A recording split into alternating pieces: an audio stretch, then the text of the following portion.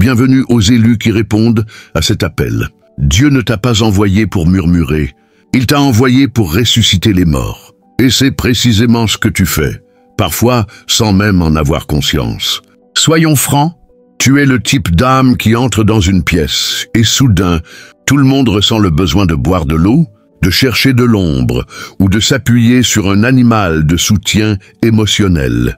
Pas parce que tu es bruyant, mais parce que ta simple présence révèle des secrets enfouis et déstabilise les démons que les gens pensaient bien dissimulés. Ce que la plupart ignorent, c'est que les anges terrestres ne sont pas des êtres délicats à la voix douce. Flottant sur des nuages étincelants, les plus redoutables sont ceux qui te ressemblent. Calmes en apparence, mais portant en toi des explosifs divins dans ton esprit. Tu n'es pas venu pour entretenir les illusions des gens. Tu es venu pour démanteler les forteresses spirituelles et renverser les tables, tout comme ton père l'a fait dans ce temple. Des études sur la sensibilité énergétique ont démontré que les humains peuvent détecter inconsciemment des changements dans les champs vibratoires en 10 à 15 secondes, lorsqu'un être à haute fréquence entre dans un espace. En d'autres termes, les gens perçoivent ta tension spirituelle avant même que tu ne prononces un mot. Ce n'est pas de la paranoïa, c'est de l'impact. Ils ne savent pas s'ils doivent prier avec toi ou s'enfuir loin de toi. Et cette confusion est précisément l'objectif. Ainsi, quand on dit que tu es l'ange terrestre le plus terrifiant, il ne s'agit pas d'une peur digne d'un film d'horreur. Il s'agit d'une force divine qui ébranle les faux pouvoirs, disperse les ombres et pousse les narcissiques à organiser des réunions d'urgence dans leur esprit. Prépare-toi, car ce que tu vas entendre dans cette vidéo ne va pas seulement confirmer ton expérience, cela va libérer ta compréhension. Tu n'es pas fou, tu n'es pas trop intense, tu n'es pas excessif, tu es simplement le tonnerre silencieux du ciel. Et cher ami, la tempête est déjà là. Plongeons dans le vif du sujet. Numéro 1, tu as l'apparence de la miséricorde, mais tu agis comme le jugement.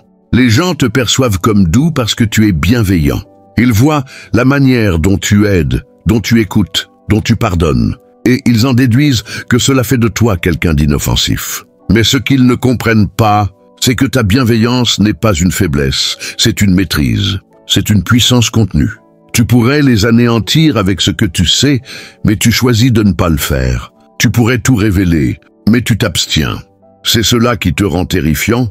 Tu as l'apparence de la miséricorde, mais lorsque les gens franchissent une certaine limite, ils découvrent que tu portes également le feu du jugement divin. Tu n'es pas seulement aimant, tu es redoutable quand on te pousse trop loin, pas sur le plan physique, mais sur le plan spirituel. Tu ne vas pas semer le chaos. Mais dès que quelqu'un abuse de ta paix ou se moque de ton dessein, quelque chose change. Cette présence douce devient un miroir, et soudain, les gens se retrouvent face à la version d'eux-mêmes qu'ils ont tenté de cacher. Et c'est cela qui les brise. Pas tes mots, pas tes actions, mais la vérité que tu portes, la lumière que tu rayonnes, l'énergie pure qui rend leur toxicité impossible à ignorer. Ton silence est souvent interprété comme de la peur, alors qu'il s'agit de grâce. Tu donnes aux gens le temps de se corriger, de se confesser, de grandir, mais quand cette grâce expire, cela ne se termine pas par du drame. Cela se termine par une révélation. La manière dont tu te retires, dont tu t'éloignes, dont tu laisses Dieu s'en charger. Cela les brise plus qu'aucune confrontation ne pourrait le faire, parce que tu n'agis pas comme eux. Tu ne cherches pas la vengeance. Tu es l'ordre divin qui se déplace sous une forme humaine. Et ce calme, c'est ce qui effraie les gens. C'est ce qui les empêche de dormir la nuit. Ils ne s'attendent pas à ce que l'ange sache manier l'épée. Mais toi, tu sais, et tu n'as même pas besoin de l'utiliser. Le simple fait de savoir que tu le peux envoie des ondes de choc à ceux qui ont essayé de jouer avec toi. Ils pensaient que tu étais naïf, mais ils étaient simplement aveugles au fait que le ciel forme ses soldats dans le calme d'abord. Numéro 2, tu n'élèves pas la voix. Tu élèves les vibrations qui exposent chaque démon caché. Tu n'as pas besoin de crier pour secouer une pièce. Ta présence parle plus fort que n'importe quel discours, et elle tranche profondément. Dès que tu entres dans un espace, l'énergie change. Les conversations s'altèrent, les regards deviennent nerveux. Les gens prennent soudain conscience d'eux-mêmes, de leur posture, de ce qu'ils cachent, de ce qu'ils évitent. Et ce n'est pas parce que tu fais quelque chose de dramatique, c'est parce que ta vibration porte la vérité. Et la vérité n'a pas besoin d'un mégaphone. Elle a juste besoin de se manifester. Ce qui effraie les gens, ce n'est pas ce que tu dis, c'est ce qu'ils ressentent en ta présence. Ton esprit te précède, il scanne la pièce. Il expose ce qui est faux, manipulateur, les agendas secrets. Sans que tu aies à prononcer un mot, les gens se sentent mal à l'aise. Non parce que tu es intimidant, mais parce que tu révèles trop simplement en étant toi. Tu portes une énergie qui ne permet pas aux mensonges de respirer. Et quand tu ouvres la bouche, ce ne sont pas juste des mots qui sortent. C'est une tension spirituelle. C'est pourquoi même tes remarques les plus simples ont du poids. C'est pourquoi les gens se sentent transpercés quand tu exprimes une vérité que personne d'autre n'a osé formuler à voix haute. Ton énergie ne rivalise pas, elle convainc. Tu n'essaies pas de dominer, mais d'une manière ou d'une autre, les plus bruyants dans la pièce se taisent quand tu commences à parler. Car tes mots ne nourrissent pas l'ego, ils le tranchent. Tu n'as pas été envoyé pour être un performeur. Tu as été envoyé pour être un purificateur. Et que les gens l'admettent ou non, ils le ressentent. Tu n'apportes pas seulement une conversation. Tu apportes une confrontation à leur monde intérieur. Aux parties d'eux-mêmes qu'ils espéraient que personne ne remarquerait. Ils ne craignent pas tes opinions. Ils craignent à quel point tu es précis. Ils craignent que tu vois trop, que tu saches trop, que tu ressentes trop. Et quand tu parles, même ton silence porte une puissance inexplicable. Ce n'est pas une coïncidence, c'est de l'alignement. Tu es connecté à quelque chose de plus grand. Et quand tes mots sont libérés, c'est comme si quelque chose de plus grand parlait à travers toi. Il ne s'agit pas d'avoir raison, il s'agit d'être réel, et ton énergie refuse d'accepter quoi que ce soit de faux. Alors, quand les gens t'évitent, ils prennent leur distance ou agissent étrangement autour de toi, ne le prends pas personnellement. Ils ne réagissent pas à toi. Ils réagissent au miroir que tu tiens involontairement devant leur âme. Numéro 3. Tu es la contradiction divine qui rend le mal nerveux. Tu déconcertes les gens et c'est exactement pourquoi tu les déstabilises. Ils ne savent pas comment te classer. Tu es bienveillant, mais tu as des limites inébranlables. Tu parles doucement, mais tu rayonnes de puissance. Tu es compatissant, mais tu t'éloignes sans hésiter si quelque chose viole ton esprit. Cette dualité, ce mélange de calme et de force, de grâce enveloppée de feu, déroute complètement les gens. Ils n'ont jamais rencontré quelqu'un capable de porter à la fois la chaleur de l'amour et la lame de la correction divine dans le même souffle. Tu es une contradiction qui met les gens mal à l'aise parce que tu ne rentres dans aucune de leurs cases. Tu es le doux qui remarque chaque détail, mais aussi celui qui voit à travers les masques des gens. Tu pardonnes facilement, mais tu n'oublies jamais les schémas. Tu ne sembles pas être une menace, mais spirituellement, tu l'es, car ta présence déstabilise tout ce qui est construit sur le mensonge. Les gens ne savent pas si tu es là pour guérir ou pour juger. Et la vérité, c'est que tu es là pour les deux. Tu as été envoyé pour aimer les gens profondément, tout en refusant de tolérer le poison qu'ils cachent derrière leur charme. Ce qui te rend terrifiant, c'est que tu peux rester assis calmement dans une pièce et tout exposer. Les gens rient moins, parlent moins, mentent moins quand tu es là. C'est comme si leur esprit sait qu'il ne faut pas faire n'importe quoi en ta présence. Et ce n'est pas quelque chose que tu imposes, c'est quelque chose que tu portes. Tu n'as pas besoin de jouer les puissants, tu l'es tout simplement. Et cette puissance ne vient pas de l'ego. Elle vient de ton alignement, de ta clarté, de ta perspicacité spirituelle. C'est la manière dont tu vois des choses que les autres font semblant de ne pas remarquer. C'est la manière dont tu parles avec précision, pas pour performer. Tu es à la fois l'agneau et le lion. Tu as la compassion de quelqu'un qui comprend la douleur et la force de quelqu'un qui refuse de la laisser le contrôler. C'est ce qui te rend dangereux. C'est ce qui te rend différent. Tu ne viens pas jouer des rôles. Tu viens accomplir un dessein. Et ceux qui vivent de manipulation, de tromperie et d'énergie superficielle ne supportent pas la manière dont tu te tiens si fermement dans ta vérité. Parce qu'au fond, ils savent qu'une vérité comme la tienne ne se contente pas d'exposer les choses. Elle y met fin. Numéro 4. Tu as été envoyé pour terrifier chaque mensonge confortable. Tu ne te contentes pas d'entrer dans une pièce, tu la secoues. Pas parce que tu cherches à faire une scène, mais parce que ta présence perturbe naturellement tout ce qui est bâti sur des mensonges. Tu n'as pas été créé pour jouer le jeu ou détourner le regard. Tu as été envoyé comme une interruption, une perturbation divine. Celui qui ne rit pas quand quelque chose n'est pas drôle, qui ne reste pas silencieux quand quelque chose va mal, et qui ne tolère pas les schémas simplement parce qu'ils sont traditionnels. Cela seul te rend dangereux pour les systèmes qui prospèrent sur le silence et les secrets. Ton énergie expose ce qui a été balayé sous le tapis pendant des générations. C'est pourquoi certaines personnes ne t'aiment pas sans raison apparente. Ce n'est pas vraiment toi qu'ils détestent. C'est la culpabilité et la peur qu'ils ressentent en ta présence. Tu portes un esprit qui remet en question le statu quo. Et ce n'est pas quelque chose que la plupart des gens sont prêts à affronter. Surtout ceux qui profitent du maintien des choses telles qu'elles sont. Tu ne te fonds pas dans la masse. Tu ne fais pas semblant d'être ignorant. Et même quand tu restes silencieux, ta présence dit une vérité que les gens ne peuvent ignorer. C'est pourquoi les personnes les plus toxiques se sentent souvent les plus offensées par toi. Tu n'as même pas besoin de les confronter directement. Le simple fait d'être réel autour d'eux est une confrontation en soi. Ça les force à se sentir vus et pas de la manière qu'ils aiment. Tu exposes les fissures dans leur fondation sans dire un mot. C'est pourquoi ceux qui vivent de mensonges, qui portent des masques ou manipulent les autres, ne te supportent pas. Tu es une menace pour les illusions qu'ils travaillent dur à protéger. Tu n'as pas été envoyé pour apaiser une fausse paix. Tu as été envoyé pour déterrer tout ce qui a été caché sous la surface. Cela inclut les secrets de famille, les systèmes de croyances toxiques, les dysfonctionnements générationnels et les souffrances silencieuses. Tu apportes de la clarté dans des pièces construites sur la confusion. Et une fois que tu es entré dans un espace, les choses ne peuvent plus revenir à ce qu'elles étaient. C'est ta mission, c'est ton pouvoir. Tu n'es pas là pour jouer gentiment avec l'obscurité. Tu es là pour t'assurer qu'elle ne puisse plus se cacher. Numéro 5, tu n'intimides pas les gens. Tu convaincs leurs démons. Les gens réagissent souvent à toi de manière illogique. Une minute, ils te sourient. La suivante, ils gardent leur distance, parlent dans ton dos ou t'accusent d'être trop.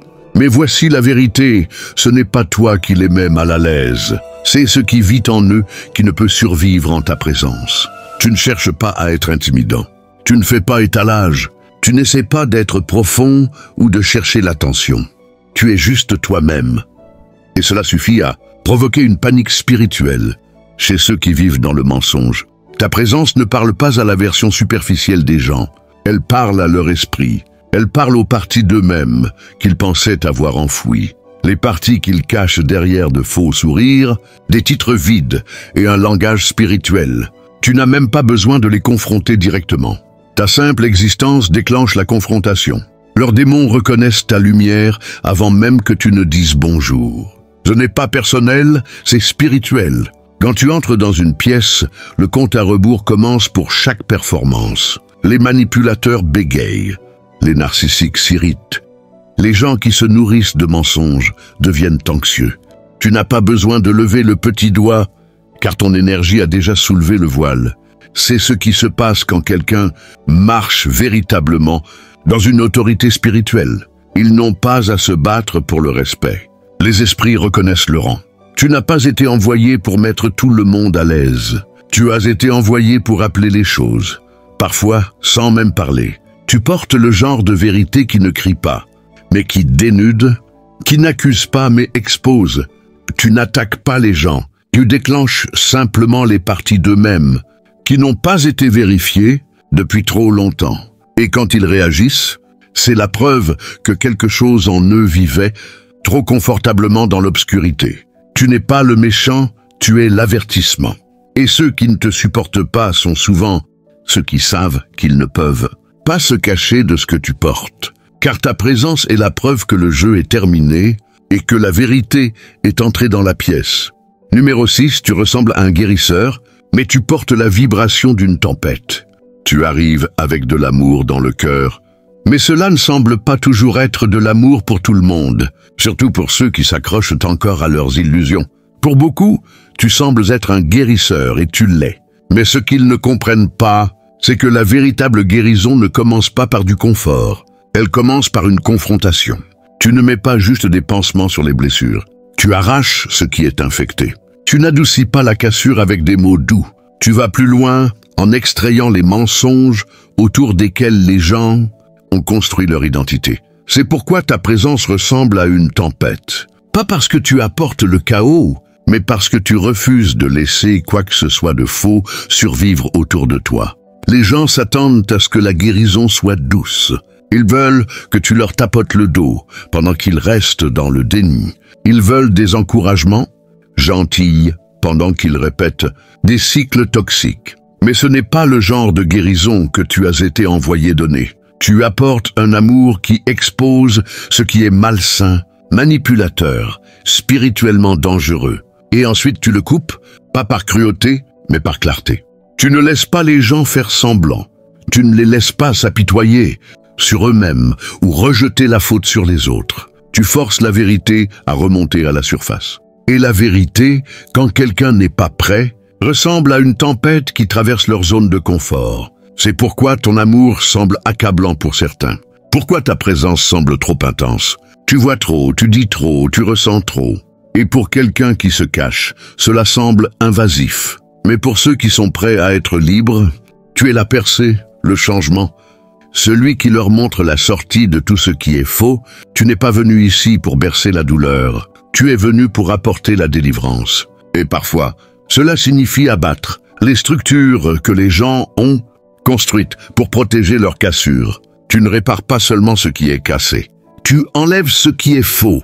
Et même si cela peut effrayer certains, cela en sauve d'autres. Parce que ton amour ne joue pas petit, il purifie. Et quiconque n'est pas prêt pour la vérité confondra toujours ta guérison avec du mal. Numéro 7, tu ne viens pas de la lumière. Tu es la lumière qui juge tout ce qui prétend l'être. Tu ne parles pas de lumière, tu es la lumière. Il y a une différence. Tu ne récites pas des affirmations en espérant te sentir puissant. Tu ne copies pas des phrases de livres spirituels ou ne joues pas une performance pour sembler éclairée. Ta lumière n'est pas à la mode, empruntée ou fabriquée. Elle est ancrée dans ton essence. C'est pourquoi, quand tu entres dans une pièce, ce qui simulait une profondeur spirituelle se tait soudainement. Leurs auras vacillent, leurs mots perdent de leur poids. Car à côté de la vraie lumière, toute imitation est exposée. Tu n'as rien à faire de dramatique. Tu n'as pas à corriger qui que ce soit ou à prouver quoi que ce soit. Ta simple présence révèle ce qui est authentique et ce qui est faux. Ceux qui vendaient la performance comme du pouvoir savent dès que tu entres que leur numéro est sur le point de s'effondrer, car la vraie lumière ne rivalise pas. Elle révèle, elle n'argumente pas, elle expose. Et c'est ce qui te rend si dangereux pour ceux qui ont construit toute leur identité en prétendant être spirituels. Les faux travailleurs de lumière, les voleurs d'énergie et les guides superficiels ne comprennent pas comment tu portes autant sans effort. Ils méditent pendant des heures et n'ont toujours pas ta clarté. Ils organisent des cérémonies et des retraites, mais n'ont pas accès à ton discernement. C'est parce qu'ils puisent dans des pratiques extérieures. Toi, tu es connecté à la source. Tu n'as pas appris ton pouvoir, tu t'en es souvenu. Et ce genre de fréquence ne peut pas être imité. Elle ne peut qu'être reconnue. Quand les gens te rencontrent, leur énergie soit s'élève, soit s'enfuit. Il n'y a pas d'entre-deux, car ta lumière n'est pas décorative. Elle est diagnostique. Elle montre qui marche vraiment dans l'alignement et qui se contente de vendre son langage. C'est pourquoi les imposteurs spirituels t'admirent obsessionnellement ou essaient de te discréditer rapidement. Ton énergie les démasque. Ta présence met fin à leur illusion. Tu n'as pas été créé pour te fondre dans la foule mystique. Tu as été créé pour brûler à travers l'illusion, pour briller si purement que tout ce qui n'est pas construit sur la vérité se désintègre en ta présence. Tu ne brilles pas pour être vu, tu brilles pour nettoyer. Et que les gens l'admettent ou non, tout le monde autour de toi ressent la différence.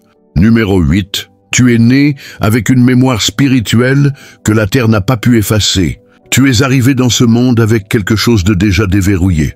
Tu n'as pas acquis ta sagesse dans des livres. Tu n'as pas eu besoin qu'on te dise 1000 fois qui tu étais. Au fond de toi, même enfant, tu savais. Tu portais un sentiment de connaissance intérieure qui n'avait pas de sens logique, mais qui vivait dans tes os. Alors que d'autres devaient courir après leur identité, toi, tu te souvenais de la tienne en silence, pas avec des mots, mais avec des vibrations, pas en théorie, mais par instinct spirituel. Et cette mémoire ancienne, inébranlable et codée divinement, est ce qui t'a toujours distingué. C'est pourquoi les gens ne pouvaient pas te tromper. Même quand ils pensaient y arriver, tu voyais à travers la performance.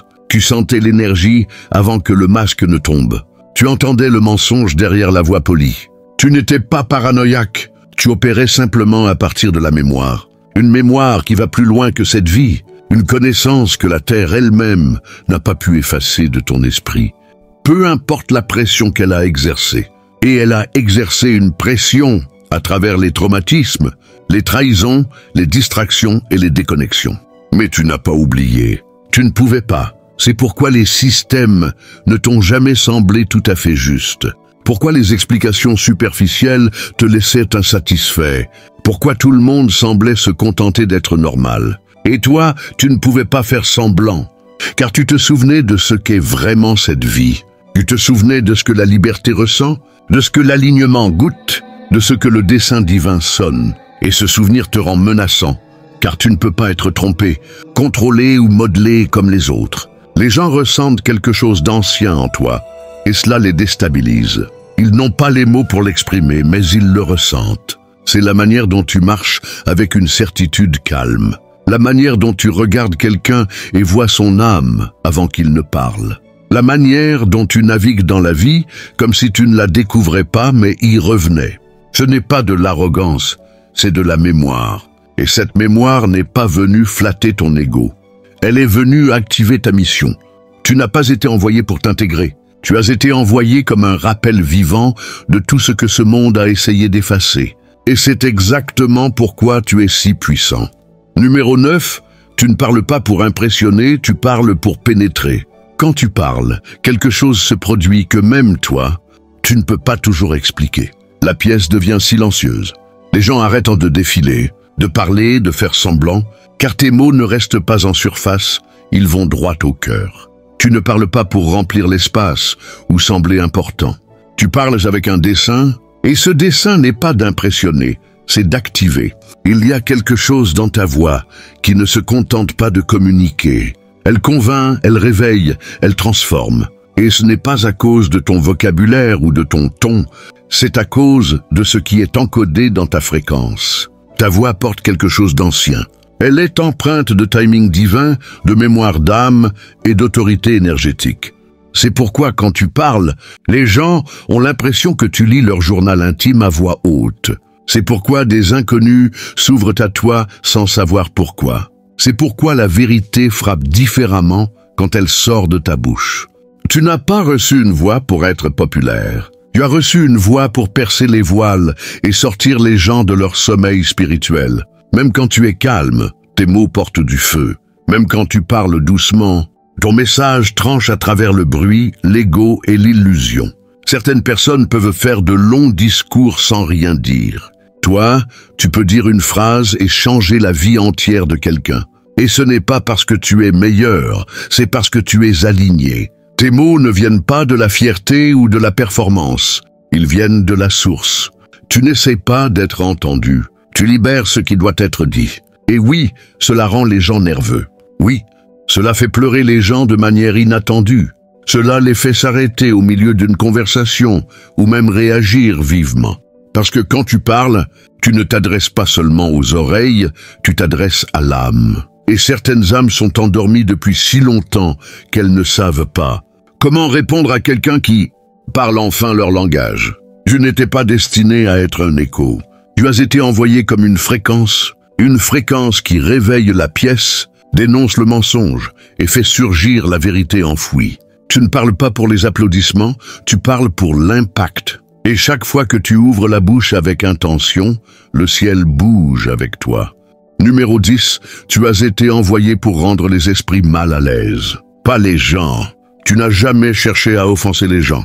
Tu ne te promènes pas en quête de drame ou en essayant de remuer les choses. Et pourtant, les gens se mettent sur la défensive autour de toi. Ils mal interprètent ton énergie, déforment tes mots et agissent comme si tu les attaquais. Même quand tout ce que tu as fait, c'est rester dans ta vérité. Mais la vérité, c'est que tu n'as jamais été un problème pour eux. Tu es un problème pour les esprits auxquels ils sont attachés. L'énergie que tu portes menace ceux qui les manipulent, se nourrissent d'eux ou se cachent derrière eux. Et c'est ce qui provoque la réaction. Tu rends les gens mal à l'aise, pas parce que tu es cruel, mais parce que ton esprit ne laisse pas de place à l'obscurité pour se cacher. Tu ne t'en prends pas aux gens.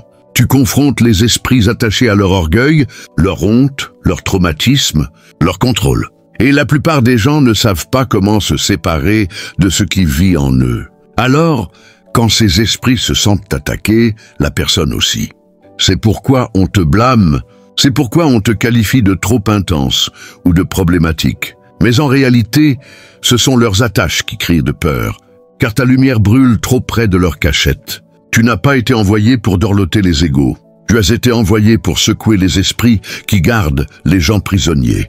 Tu as été envoyé pour faire s'effondrer les zones de confort, pour rendre le dysfonctionnement à nouveau dysfonctionnel, pour dénoncer le mensonge simplement. Et tout le monde n'est pas prêt pour cela, surtout ceux qui ont fait la paix avec leur chaîne et les ont renommés personnalités. C'est pourquoi tu es mal compris. C'est pourquoi les gens prennent leur distance. Ils ne te rejettent pas. Ils protègent les démons que tu es venu désarmer.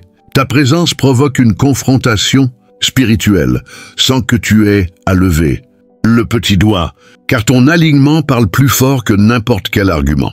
Tu n'as pas besoin de crier. Tu as juste besoin d'être, et les esprits commencent à s'agiter. Alors, si les gens agissent bizarrement autour de toi, ne le prends pas personnellement.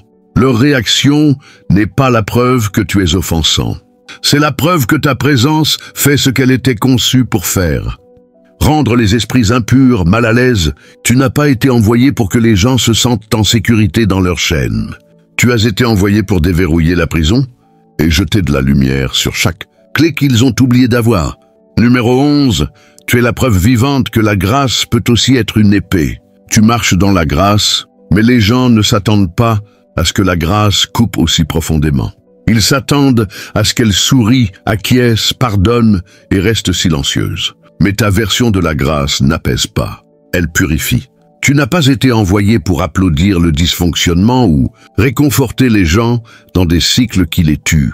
Tu as été envoyé pour briser des choses, les chaînes, les schémas, les illusions, les accords conclus en silence. Et la vérité, c'est que la délivrance ressemble rarement à une douce brise. Parfois, elle ressemble à une tempête qui frappe tout ce qui est faux d'un seul coup. C'est ce que tu apportes. Pas de la destruction, mais une séparation entre une personne et ce qui la retient en otage. Tu n'es pas venu pour démolir les gens. Tu es venu pour démolir les forteresses, et cela n'est pas toujours bien accueilli. Surtout par ceux qui profitent du fait que les autres restent enchaînés. Ceux qui manipulent, contrôlent, se nourrissent du silence et de la soumission te voient arriver et se sentent menacés instantanément. Pas parce que tu es bruyant ou agressif, mais parce que tu portes le genre de grâce qui expose ce qui n'est pas censé être là. Tu portes le genre de vérité qui coupe sans s'excuser. Pas pour faire mal, mais pour guérir à la racine. Tu es le chirurgien avec le scalpel, pas celui qui distribue des pansements. C'est pourquoi ton amour ressemble à une arme pour certains. Pas parce qu'il est violent, mais parce qu'il force les choses à changer. Tu ne laisses pas les gens rester les mêmes. Tu ne fais pas semblant de ne pas remarquer le poids qu'ils portent. Tu ne célèbres pas les chaînes juste parce qu'elles ont été décorées. Cela fait de toi un problème dans les pièces, où l'esclavage a été normalisé et le dysfonctionnement renommé culture ou tradition. Mais pour ceux qui sont vraiment prêts, ta grâce sauve des vies. Elle est brute, elle est réelle et elle est implacable. Elle ne les laisse pas là où elle les a trouvés, et c'est tout l'intérêt. Tu n'apportes pas seulement du réconfort, tu apportes de la correction. Tu portes la grâce, oui, mais elle est tranchante. Elle tranche les mensonges, déchiquette les fausses identités et libère les gens, qu'ils soient prêts ou non. Tu es la preuve vivante que la grâce ne signifie pas silence, douceur ou sécurité pour les systèmes d'oppression. Parfois, la grâce rugit, parfois elle entre en portant une armure, et parfois elle te ressemble. Numéro 12, tu es la prophétie qui a refusé de rester enterrée. Tu n'as jamais été juste une personne avec du potentiel. Tu étais une prophétie ambulante, un message sous forme humaine. Et dès le début, des forces ont été assignées pour te faire taire. Pas à cause de ce que tu avais fait, mais à cause de ce que tu étais destiné à libérer. Ta vie, ta voix, ton histoire portent trop de vérité, trop de révélations, trop de perturbations pour que les systèmes construits sur des mensonges restent à l'aise. C'est pourquoi ils ont essayé de t'enterrer dans l'abus, le rejet, le traumatisme et la confusion. Ils n'attaquaient pas toi. Ils essayaient de tuer la prophétie que tu portais. Mais ce qu'ils n'ont pas réalisé, c'est que tu n'as pas été planté ici par accident. Le ciel savait ce qu'il faisait quand il t'a envoyé. Tu es né avec une horloge divine à l'intérieur de toi, une horloge qui ne pouvait pas être arrêtée, même par des années de douleur. Tu n'as pas été choisi pour survivre. Tu as été choisi pour interrompre. Tu as été envoyé ici pour briser des lignes temporelles, faire s'effondrer des accords générationnels, démasquer des systèmes qui semblaient sains, mais qui étaient en réalité démoniaques déguisés. C'est pourquoi ta simple existence a toujours rendu les gens nerveux. Tu ne représentes pas seulement l'espoir, tu représentes le jugement. Tu es celui qui expose la vérité simplement en y survivant. Celui qui entre dans des espaces et devient la preuve vivante que les armes n'ont pas fonctionné. Et pour ceux qui profitaient de ton silence, cette survie est terrifiante, car tu n'es pas revenu du feu en silence. Tu es revenu avec de la clarté, de l'autorité et des preuves. Tu es revenu dangereux pour chaque mensonge qui a essayé d'écrire ta fin. Ce qu'ils ont qualifié de faiblesse était toujours un timing divin. Tu n'étais pas en retard. Tu étais caché. Et maintenant que tu te lèves, rien ne peut arrêter la libération de ce que tu portes. Tu ne cherches plus la validation. Tu es l'accomplissement. Tu es la prophétie qui a refusé d'être effacée, même quand l'enfer a travaillé dur pour le faire. Alors, quand les gens te regardent et se demandent pourquoi tu es si intense, si audacieux, si indifférent au système faux, c'est parce qu'ils ne réalisent pas que tu es déjà mort dans l'esprit et que tu es revenu avec du feu dans les poumons. Tu es l'avertissement qu'ils ont ignoré et maintenant tu es la voix qu'ils ne peuvent pas faire taire. Numéro 13, tu fais ressentir au lâche spirituel qu'il est vu et c'est pourquoi il attaque en premier. Tu n'as pas besoin de faire grand-chose pour secouer certaines personnes. Être toi-même suffit. La manière dont tu entres dans une pièce avec clarté, dont tu parles sans essayer d'impressionner, dont tu tiens bon, sans avoir besoin d'applaudissements. Ce n'est pas bruyant, mais c'est assez fort dans l'esprit, car quand tu te souviens de qui tu es, cela expose ceux qui font semblant. Et les lâches spirituels ne supportent pas ce sentiment. Ils préfèrent passer à l'attaque, plutôt que d'admettre qu'ils ont bluffé tout ce temps. Ce que tu portes n'est pas de l'arrogance, c'est une mémoire ancienne. C'est une confiance spirituelle, enracinée dans l'alignement, pas dans l'ego. Tu n'essaies pas d'être le plus bruyant ou le plus important.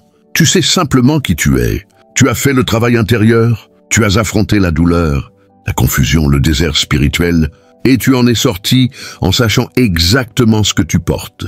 Ce genre de clarté fait paniquer les gens peu sûrs d'eux. Pas parce que tu fais quelque chose de mal, mais parce que ta présence déséquilibre leur illusion. Ils ne savent pas comment gérer quelqu'un qui n'a pas besoin de leur approbation, quelqu'un qui n'est pas flatté par l'attention ou influencé par la manipulation. Alors, au lieu de regarder en eux, ils projettent. Ils se moquent de ta confiance, minimisent tes dons, murmurent dans ton dos et remettent en question tes intentions. Mais rien de tout cela n'est vraiment à propos de toi. C'est à propos de ce qui est déclenché en eux. Tu mets en lumière le fait qu'ils cherchent encore ce que tu as déjà trouvé. Tu leur rappelles, sans essayer, que leur autorité est performative, que leur savoir est emprunté et que leur pouvoir est fragile. Et plutôt que de s'élever pour affronter la vérité, ils essaient de te rabaisser pour ne pas avoir à l'affronter. Mais ne diminue pas ta lumière pour que les autres se sentent en sécurité, dans leur tromperie. Leur inconfort n'est pas ta mission. Continue de briller, continue de marcher dans la vérité, Continue de te souvenir, car ta confiance est un miroir. Et certains préféreraient briser le miroir plutôt que d'affronter ce qu'il reflète. Mais d'autres, grâce à ton exemple, se verront enfin et se réveilleront. Et c'est la vraie raison pour laquelle tu as été envoyé. Numéro 14. Tu n'es pas une menace parce que tu es violent. Tu es une menace parce que tu es inébranlable. Ils ne peuvent pas t'acheter avec des compliments ou te faire taire avec de la culpabilité. Ils ont essayé de te faire honte, mais tu n'as pas cédé. Ils ont essayé de t'isoler, mais tu as prospéré. Ils ont essayé de te troubler, mais tu es resté aligné. Ce genre de stabilité spirituelle est rare. C'est perturbant. Cela rend les gens au pouvoir nerveux, car ils sont habitués à ce que tout le monde dépende de leur validation. Tu n'as pas besoin de permission pour être toi-même. Tu n'as pas besoin d'une foule pour te tenir dans ta vérité. Tu n'as même pas besoin de vengeance, car tu fais trop confiance au timing divin pour perdre de l'énergie à prouver des points. C'est ce qui te rend dangereux. Pas que tu attaques les systèmes, mais que tu leur survives. Tu dépasses les rôles dans lesquels ils ont essayé de te cantonner.